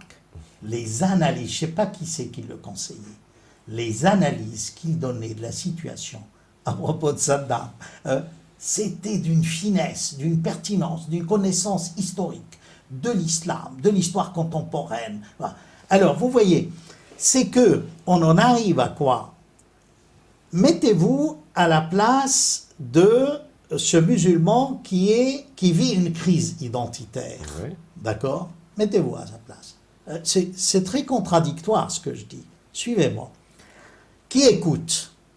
Hein? Vous ne pensez pas que, en écoutant les positions si bien analysées de Le Pen concernant le problème syrien. D'ailleurs, vous avez vu, ils étaient maladroits, les journalistes, quand ils interrogeaient tous les Le Penistes sur le problème syrien. Tout de suite, on disait, vous êtes pour les dictatures, donc vous êtes pour Assad, vous êtes pour... C'était ridicule. Oui, ils n'ont plus que ça. Alors que l'autre, vous voyez, c'est-à-dire, où se trouve l'identité finalement? Si, en tant que musulman français, par exemple, je cherche à m'identifier à ce jeu de miroir, si vous voulez, hein, je ne le trouve pas forcément chez les gens qui, soi-disant, sont bien intentionnés à mon égard, qui me font subir la bienfaisance vis-à-vis d'un immigré en me faisant sentir qu'il faut que je m'intègre. C'est très compliqué, le problème de l'identité chez les immigrés. Voyez-vous, moi, je le sens. Vous me direz, enfin, l'autre jour, je rigolais, on me dit, mais Bassam, toi, tu es bien intégré. En plus, on peut pas, t'as pas le faciès, t'as les yeux bleus, t'es blanc. Je dis, mais malgré ça, moi, je peux vous dire que j'ai souvent été exclu d'une manière, cachée, latente, pas judicieuse, malicieuse. Mais on le sent. Vous voyez, c'est pas une histoire de faciès. C'est qu'à un moment donné, même si vous voulez épouser toutes les thèses du pays d'adoption, on va vous découvrir quelque chose, eh ben non, vous n'êtes pas des nôtres. Ah oui, je le dis par expérience, enfin. Et c'est pas facile. C'est pour cela que je crois qu'on devrait complètement changer de discours vis-à-vis des immigrés pour l'intégration. Que ce soit pour l'islam, pas forcément pour l'islam, pour la culture. Moi, j'étais devant le Bataclan. Je ne vous cache pas. Oui. J'ai chanté en arabe, j'ai essayé de blouser un mouachah andalou. J'étais très ému. Que rien que pour faire la nique à cette tendance, comme on dit, j'ai dit, ben moi, je vais chanter en arabe devant le Bataclan, juste quelques minutes dans une des vidéos. Ça partait du cœur, qu'en fait, on ne peut pas entrer dans une société tout nu. Il faut nous accepter avec ce qui nous reste, qui est collé à notre peau. On ne peut pas, même nu, vous ne m'arracherez pas ma peau. Oui, mais est-ce que ça voudrait dire que donc c'est l'islam qui n'est pas accepté, en fait, pas reconnu par une partie de la population, c'est ça? L'islam, d'abord, est méconnu et inconnu en France. Puis il faut dire que les représentants symboles de l'islam trahissent l'islam. À qui vous pensez, je ne sais pas, moi. Tariq Ramadan, non, ben, je ne sais pas. Moi, j'aime pas les... Non, mais je crois, enfin, vous savez... il vaut mieux, dans ce cas-là, avoir des débats avec ces gens-là, vous voyez, que de les accuser quand ils sont absents. Oui, bien sûr, bien sûr. Ce Malek Chebel, tout ça, ce sera avec plaisir. Oui, je veux dire, il y a quand même, au niveau de la gestion de ce problème de l'islam en France, beaucoup de lacunes, d'incompétence, de médiocrité, de manque de communication. Oui. Puis il faut pas oublier aussi que par intérêt économique avec certains pays arabes, on avale des couleuvres. Vous voyez, vous ne pouvez pas... Ça fait partie parce que on a le sentiment, évidemment, que la France a fait passer ses intérêts avec l'Arabie Saoudite, le Qatar. Visiblement, ce que nous apprennent aujourd'hui le décryptage d'actualité, c'est que la France fut un peu plus proche du canton de Sarkozy du Qatar, et aujourd'hui, le clan Hollande serait un peu plus proche de l'Arabie Saoudite. C'est ce qu'on comprend. Prenez la Turquie. On est infiltré, à mon sens, par certains courants radicaux turcs. Ouais. Toute l'Europe. Quelle est notre attitude vis-à-vis de la Turquie? Au contraire, on veut l'intégrer en Europe. Alors, vous savez, de plus en plus, à mon sens, on va vers une guerre entre islam et Occident. Bah oui, c'est ce qu'on... C'est un peu le cœur de la question, alors puisque bon là, on déborde un petit peu, on va déborder un petit peu sur l'heure, mais justement, le cœur de la question, c'est est-ce que tout ça ne va pas provoquer, en fait, on va dire, les ferments d'une guerre civile? Guerre civile, parce que guerre, évidemment, que Hollande ose à peine nommer du bout des lèvres contre Daesh et contre l'État islamique, mais finalement, ce qu'on combat, c'est aussi une idéologie. Et est-ce que cette idéologie qu'on combat, c'est-à-dire l'idéologie qu'on symbolise par une espèce d'islamisme radical, en tout cas, on va dire, une version de l'islam très dure et très fondamentaliste, trop intégriste, en tout cas pour les valeurs européennes, et est-ce que cette idéologie qu'on est censé combattre ici en Europe, est-ce qu'on va y arriver? Est-ce que ce combat-là n'est pas vain quelque part? Je vais vous donner un petit exemple. Ouais. Prenez par exemple les émissions du dimanche sur les religions. Je crois que c'est une occasion, justement, de faire passer dans ces émissions des penseurs modernes de l'islam. Oui. Vous voyez, j'ai regardé, ça fait des années que je ne regarde plus, ça dépend, des fois je tombe. Bon. Mais à mon sens, il y a un gros effort à faire. Il faut justement s'inspirer de ces réformateurs pour qu'au moins, pourquoi on dit oui, mais vous savez, les musulmans de France ne comprendront pas ça, ils vont comprendre ça comme si c'est une attaque contre eux. Mais pourquoi parce qu'il y a des musulmans qui ne veulent pas toucher un iota du Coran, qui ne veulent pas toucher un iota de rien, et qui vous disent réformer, c'est... Mais pourquoi vous sous-estimez cette population? Vous sous-estimez l'intelligence de ces gens-là. Si vous montrez quelqu'un qui tient un discours moderne, logique et tout, vous le poussez à évoluer.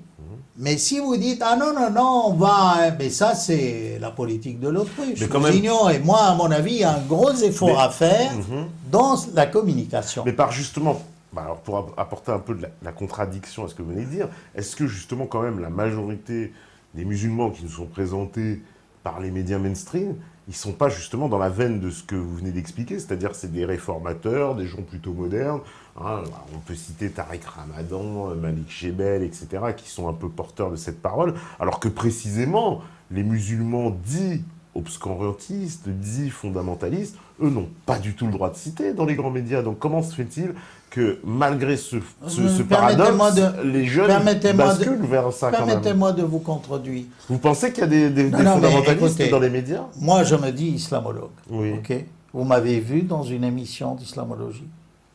Non. Jamais. Non, parce qu'on fait plus appel à vous pour vos connaissances sur la géopolitique. Mais c'est vrai qu'il n'y a pas...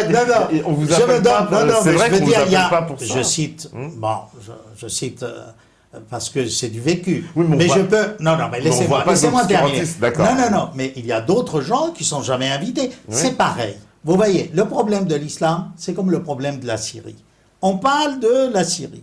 Vous avez vu le nombre de spécialistes en terrorisme qui a défilé sur toutes les chaînes. Non, mais ça, c'est vrai. Mais écoutez, si on a tant de spécialistes, on n'aurait pas dû avoir les attentats, honnêtement. On vous dit, spécialiste, qui vous explique Bon, très bien, et alors, ces gens-là, qu'est-ce qu'ils font? Il en est deux. Les derniers à être invités sur le problème syrien, ce sont les Syriens. Moi, je peux non, vous mais dire... ça, je suis entièrement d'accord. Mais il en est de Je suis même... d'accord. Mais pour les fondamentalistes, c'est Et pas il le en- cas quand même. On les voit pas dans les grandes chaînes. On voit pas de gens qui viennent prôner un islam moi, je vais dur, vous etc. dire- Ils n'ont pas la parole. Non, moi, j'irai plus loin. On ne voit personne. On en voit Ni- quelques-uns quand même, non? On voit l'imam de Bordeaux, là, j'ai oublié son nom, m'échappe, mais on le voit souvent intervenir. On voit, l'ineffable Chalgoumi, Non, évidemment. mais vous voyez, On là, voit des gens comme ça. permettez-moi, Oui. c'est un côté institutionnel, ça. Oui, oui, bien sûr, bien sûr. Je suis anti-institutionnel. Permettez-moi. Inviter des chercheurs. Inviter quelqu'un de l'université d'Aix, de Montpellier, de Paris 3, de Paris 4, de Nanterre, vous parlez d'exégèse, de mouvement hanbalite, pourquoi ces gens-là, on ne les entend pas? Ils ne sont pas médiatisés. Hein. C'est que vous, souvent, on fait appel à des vulgarisateurs. Vous voyez? Ouais.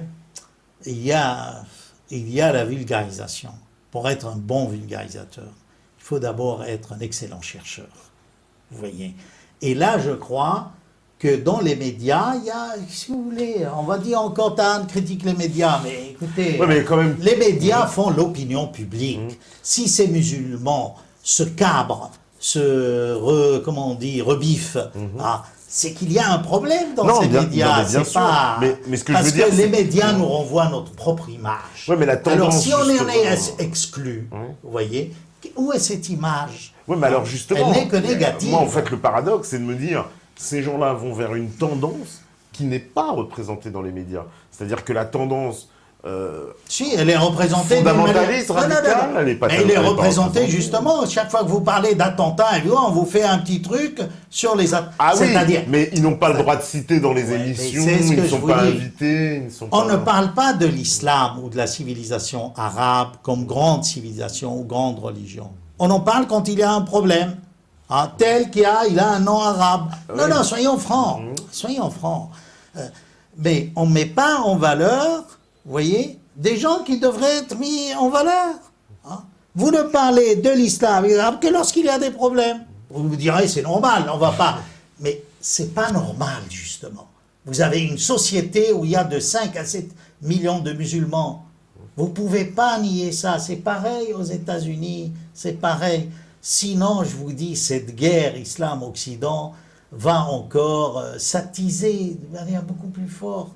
Un appel aux autorités, essayez un peu de dialoguer avec de vrais spécialistes, de s'ouvrir, de... Voilà. Parce que cette guerre, parce que voilà, justement, pour finir, on va dire, c'est une guerre idéologique, on va être clair. La guerre qu'on doit mener, enfin qui doit être menée en Europe pour combattre l'avancée de ce djihadisme qui séduit de plus en plus de gens, ça se joue sur le plan idéologique. Or là, sur le plan idéologique, faut bien voir qu'on on a un peu désemparé, parce que qui sont les interlocuteurs? Comment on va articuler cette guerre? Ça paraît très compliqué en France. Arrêtez de considérer que les pays arabes représentent les Arabes de France. Ah oui, non mais moi je Arrêtez, considère pas. arrêtez. Ah non, C'est pareil. Les musulmans du monde arabo-musulman ne sont pas les musulmans de France. Je suis désolé. Et ça se traduit économiquement, les dons, tout ça. C'est pas innocent ni gratuit quand on vous donne. Il faut construire des mosquées, que ce soit construit par le denier du culte des musulmans de France. On n'a besoin ni du Qatar, ni de l'Arabie Saoudite, ni de je ne sais qui. Vous voyez, c'est comme ça que naît une église musulmane, entre guillemets, consciente, qui revoit avec l'esprit occidental. L'islam médiéval n'était pas fermé à l'Occident, mais c'est les premiers qui ont traduit les Grecs. On a connu les Grecs à travers eux. Si l'islam était fermé à l'Occident, je ne vois pas pourquoi on aurait traduit Platon et Plotin et Aristote. Enfin, bref. D'accord. Voilà. Alors, pardon. D'accord. Alors, je vais prendre quelques questions quand même du public. Aïe, parce aïe, que aïe. je Ah, vais- là, vite alors fait, là, vite fait, permettez-moi vite de fait, vite fait. féliciter qui nous suivent. Ah, il y en a encore quelques nombreux. Alors, justement, on me demande... Alors, comme ça, on va essayer de répondre à plusieurs Ouais. questions vite fait. Vite fait. Vous pensez quoi de Tariq Ramadan, déjà? Moi, Oui. je vous avoue que c'est quelqu'un qui parle bien. Sa lecture de son grand-père, à mon avis, n'est pas très exacte. Hein. Il y a là un problème familial qu'il faut résoudre. Avec parce son que je grand-père, pense pas. fondateur des Frères musulmans, Voilà. c'est ça, ouais. Maintenant, personnellement, je m'attendais à mieux de sa part. Voilà, je m'arrêterai là. D'accord. Vu sa formation à Genève, tout, ce que j'ai lu de lui, j'ai pas beaucoup lu de lui, m'a déçu. Je m'attendais à quelque chose de beaucoup plus novateur. Voyez-vous, voilà, c'est tout. Ok. Alors on me dit, Monsieur Tahan, vous avez évoqué début juillet 2015 que les USA ont lâché le royaume saoudien wahhabite. Qu'en est-il aujourd'hui? C'est très complexe. À mon sens, les États-Unis veulent détruire l'islam de l'intérieur. Ce Daesh qu'ils ont créé avec l'aide de l'Arabie saoudite sert aujourd'hui à causer la faillite de l'Arabie saoudite. C'est l'Arabie saoudite qui couvre les frais. Ouais. Ils se battent au Yémen. À mon avis, moi je ne crois pas aux bonnes intentions des Américains. Les Américains, oui, au fond d'eux-mêmes, dans ce qu'ils mènent, c'est une guerre anti-musulmane, inter-musulmane, inter-sunnite, parce que ces groupes, ils les opposent aux autres sunnites, Ouais.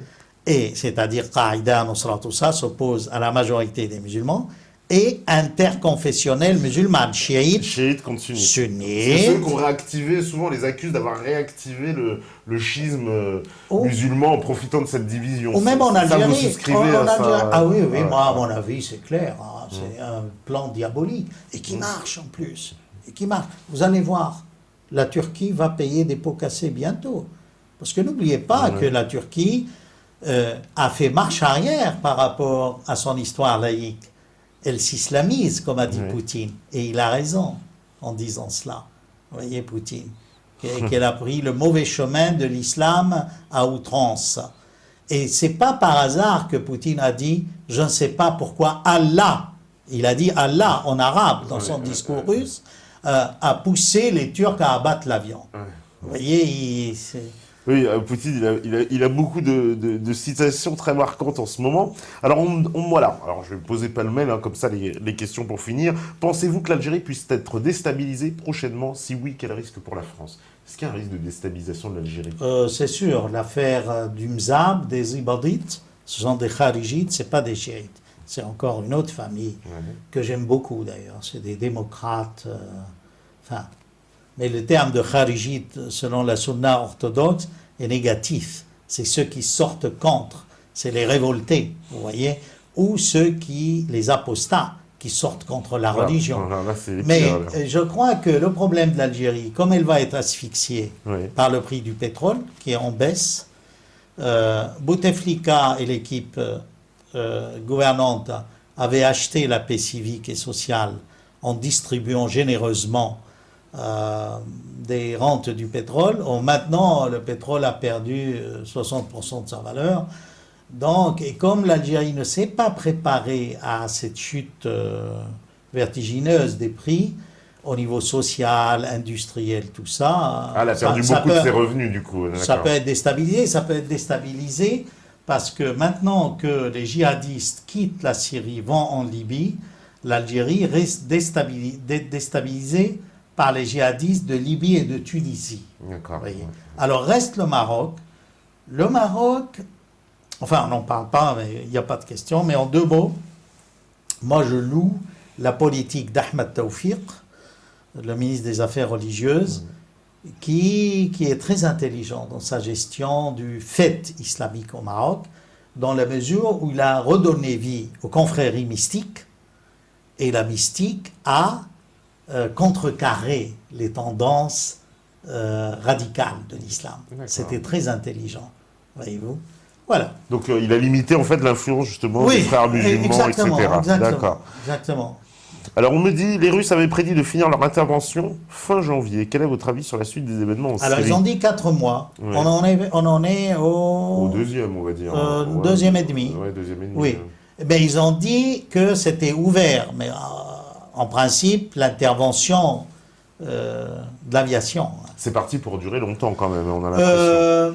C'est-à-dire que il faut dire que les Américains qui jouent double jeu ont laissé la Turquie jour après jour armée. Par exemple, j'étais avec Alep au téléphone aujourd'hui. D'accord. On m'a dit que les Turcs envoyaient des armes. Encore, Et il paraît, on a vu des armes françaises. Alors peut-être que la France ne vient pas de les livrer. Ils ont dû livrer ça au Qatar il y a 3 ou 4 ans.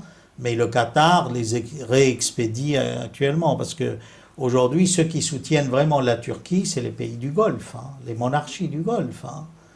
Parce que, c'est-à-dire, ils sont déçus par Erdogan. 5 ans, selon eux, il n'a pas déboulonné Assad. Tout est là. Hein. Ouais, tout est là. C'est à mourir de rire, d'ailleurs. Alors, une dernière question, justement, sur l'armée turque. On me dit, après l'intervention de l'armée turque au mausolée de Suleiman Shah en Syrie en mars 2013, aujourd'hui, c'est le Kurdistan irakien qui est envahi par ces mêmes troupes depuis la résolution 2249 de l'ONU du 20 novembre 2015, qui suspend la souveraineté de la Syrie et de l'Irak. Qu'en pensez-vous? Et c'est vrai qu'on a vu le gouvernement irakien, il y a quelques jours, demander le retrait des troupes turques, visiblement des... Il parle de milliers de soldats. Alors je vais vous dire, c'est à mourir de rire. Ils ont dit qu'ils avaient 200 moniteurs, entraîneurs, experts. Mais il faut bien qu'ils défendent ces 200. Alors ils ont envoyé des milliers. Franchement, pour défendre 200 personnes, il faut envoyer 3 bataillons. Ils ont envoyé 3 bataillons, des milliers. Ils forment en plus, ce qui est complètement incroyable, parce qu'ils forment les Kurdes. C'est ça. Ce sont les combattants alors, kurdes. Laissez-moi là. Alors, expliquons pour Barzani. Massoud Barzani. Massoud Barzani. Chef des Kurdes d'Irak. Qui est historiquement, pour son peuple, un héros qui a lutté pour la cause kurde et tout. Pro-israélien, il faut quand même le rappeler. Oui, aussi, pro-israélien. Enfin, il faut voir qu'à l'époque, il ne pouvait pas avoir d'armes que d'Israël. D'accord. Il faut voir les... voyez, il est resté fidèle quand même à ses idéaux et ses relations avec Israël. C'est-à-dire qu'il ne faut pas oublier une chose, c'est que quand on est minoritaire au Proche-Orient, il y a comme une logique minoritaire qui se crée. Les Israéliens sont minoritaires, ils ont été persécutés à travers l'histoire, tout comme les Kurdes, tout comme les chiites, tout comme les chrétiens, tout comme les... Alors, ça, je crois, les historiens ne se sont pas attardés à étudier cette logique minoritaire. Vous voyez, quand vous êtes minoritaire, vous avez d'emblée une facilité à communiquer avec d'autres minoritaires. Je n'excuse pas Barzani. Je veux dire, il faut voir ça avec plus de subtilité dans l'analyse. Alors, pour revenir à Barzani, donc Barzani a pactisé avec Erdogan. Ils lui vendent le pétrole. Bon. Ce faisant, il s'est mis à dos les Kurdes de Turquie, qui sont plus nombreux que les Kurdes d'Irak. Ils sont 24 millions, les Kurdes de Turquie. 20 millions sunnites, 4 millions chiites. Les Kurdes de Syrie sont au nombre de 3 millions. Eux sont divisés. Mais beaucoup soutiennent le PKK ou le PKK. Voilà, qui est le parti, parce que parti kurde indépendant. Öcalan est resté une bonne dizaine d'années en Syrie, protégé d'Assad. Vous voyez?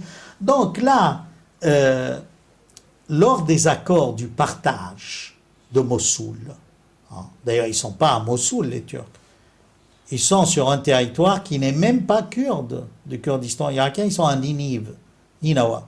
Ninawa ne fait pas partie du Kurdistan irakien. Vous voyez, c'est... Ils sont descendus bien au sud déjà. D'où, justement, cette véhémence de Abadi, le Premier ministre, en disant, mais qu'est-ce que c'est que ce... Qu'est-ce que c'est que ça? Et il faut rappeler, donc, vous voyez la situation complexe, parce que Barzani, pour avoir les revenus de son pétrole, sans passer par Bagdad, le gouvernement central, il le vend en Turquie, et il ramasse l'argent en Turquie.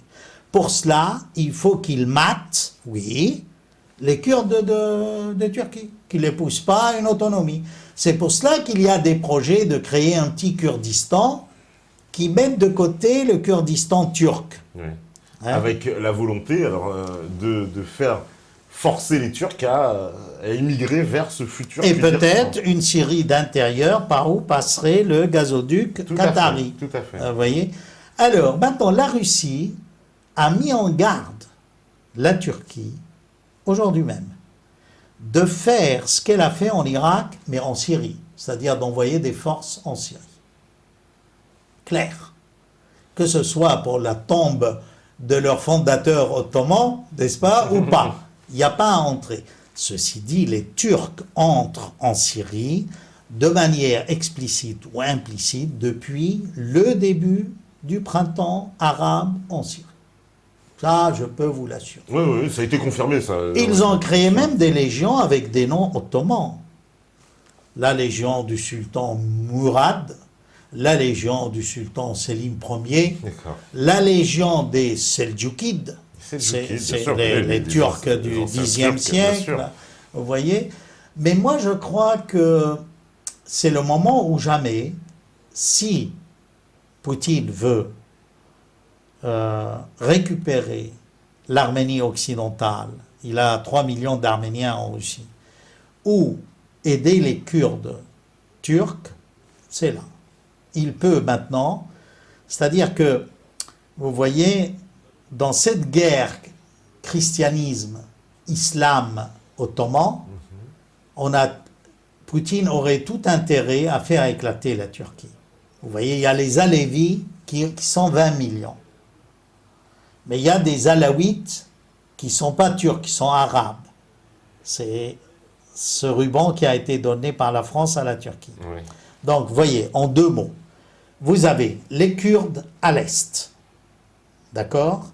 Après, vous avez en bas, là, quelques chrétiens. Syriaques, Chaldéens, Arméniens. Vous avez en haut l'Arménie occidentale, qui a été annexée. Ils n'ont pas respecté le traité. Qu'est-ce qui reste là, à l'ouest? Vous avez les turcophones laïcs, qui ne veulent pas de l'islam. C'est la tradition républicaine laïque de la Turquie. Vous avez 2 branches islamistes, celle d'Erdogan, celle de Fethullah Gülen, qui sont aujourd'hui en conflit. Et vous avez là les Alévis turcophones, qui ne sont ni pour les sunnites d'Erdogan, vous me suivez, et qui sont peut-être laïcs. Hein? Donc, c'est un pays, s'il s'islamise, avec les rêves ottomans, il peut devenir vraiment un grand danger pour l'Occident. Et c'est là où peut-être Poutine, en ancien du KGB, a flairé quelque chose. C'est pour cela qu'il veut contenir la Turquie et lui administrer une bonne leçon. Alors c'est pour cela qu'Erdogan a voulu impliquer l'OTAN. Je ne pense pas que l'avion abattu soit un complot de l'OTAN ou non. C'est un coup de décision tête turque. Ouais, pour sortir justement. Et pour montrer... Quitte à ramener l'OTAN après, parce que c'est un peu ce qui s'est passé. Oui, mais l'OTAN... Mais l'OTAN ne va pas tomber dans une guerre frontale avec la Russie. C'est ce qu'on pense aussi. Eh ben, merci Bassam Tam, en tout cas, pour cette émission. On a duré très tard. Faut remercier les spectateurs. Les spectateurs, ceux qui sont restés jusqu'à 1h30, ils sont vraiment courageux. Je vais on pourra en citer quelques-uns, parce que je sais que voilà, il y a Cam, il y a Washtubs, il y a Horace, il y a... Voilà, j'ai vu, il y a Serge Goldstein, Lancé Franc, il y a Morten Jo Goulian, bon bah merci en tout cas. Ils sont nombreux, c'est les plus... vous êtes les intégristes métanos. C'est que je suis sûr de la demande de djihadistes à Méta TV. C'est ceux qui restent le plus tard possible et qui sont les acharnés du chat et du TS. En tout cas, merci beaucoup d'être venus. Merci à vous. Demain, changement de programme de dernière minute, puisque Hubert Martin, qui a été annoncé, ne pourra pas être avec nous, mais nous ferons une libre antenne, puisque voilà, une libre antenne consacrée au débrief et évidemment pour finir la semaine sur ces attentats. En tout cas, merci à vous, merci à la régie, bien sûr, merci aux modérateurs, merci à tous les métanautes connectés. Et vous savez très bien comment on finit les émissions à Méta TV, toujours par le même adage. Si vous écoutez ce message ce soir, c'est que vous êtes la résistance. Merci à vous, ciao, à demain.